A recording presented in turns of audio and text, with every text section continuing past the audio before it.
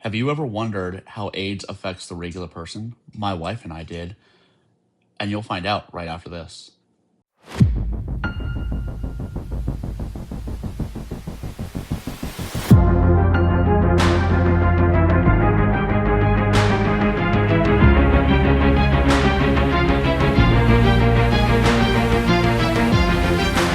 Today we are talking about Ryan White, who was born December 6, 1971, in Kokomo, Indiana.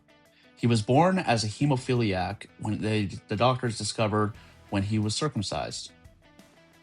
He experienced massive bleeding and the doctors could not stop it.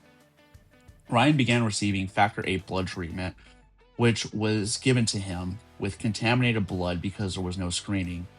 The contaminated blood possessed HIV, and the doctors gave him 6 months to live. After the diagnosis, doctors said that he could return to school as AIDS is not an airborne pathogen. However, the teachers and parents protested in Howard County massively. There was a long battle with the school district and multiple schools for him to be able to attend school. In that time, he became very popular and very famous, which led to him becoming the advocate for all AIDS research. Unfortunately, Ryan died on April 8th, 1990, 1 month before he would have graduated. He lived 5 years after what the doctors believed he would have lived for. In the 1980s, AIDS was seen as a disease that only affected the gay community.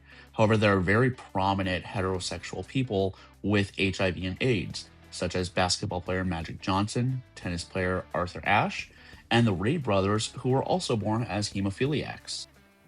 So, how did the Ray brothers and Ryan White get diagnosed with AIDS? This was nothing sexual. This was actually due to the factor VIII blood transfusion. There was no screening back in the early 80s and 90s regarding whose blood was coming in from where.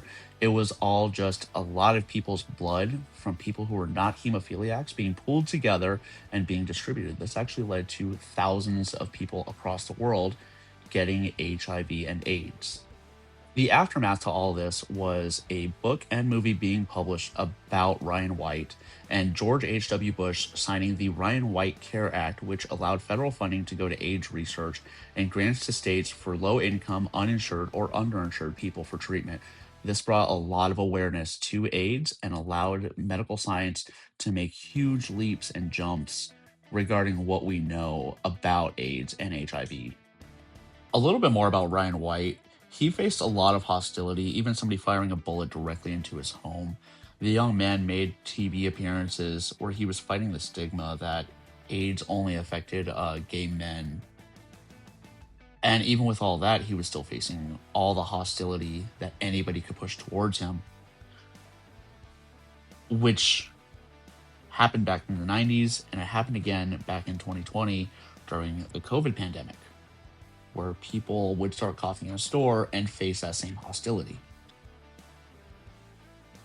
We should really learn to have more compassion for what's going on to those that we know nothing about, and understand that medical science is consistently progressing. If you would like to know more about Ryan's story and everything that he did, be sure to go to ryanwhite.com. It will be linked in the description below. And tell me what you think. Do you think that he should have faced all that hostility? I hope not. I really hope not. I don't think anybody should have that kind of hostility. Be sure to like, comment, and subscribe down below and hit the hype button. And have a good day.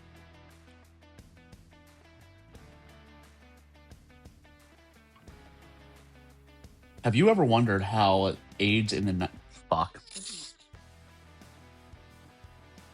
Babe, You're gonna be okay. are you sure? Yeah.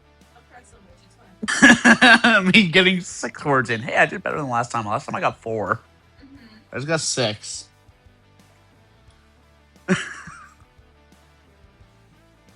It's like it's a difficult topic to introduce. And also I feel like Say the 90s. Just be like, have you ever wondered how AIDS impacts the regular person? Or okay. affects the regular person? Okay. You don't even have to say the 90s. Okay. And then you can segue to, well, in the 1990s, blah blah was born, and blah blah blah. Whatever you want to talk about. Yeah, that'd be after the intro.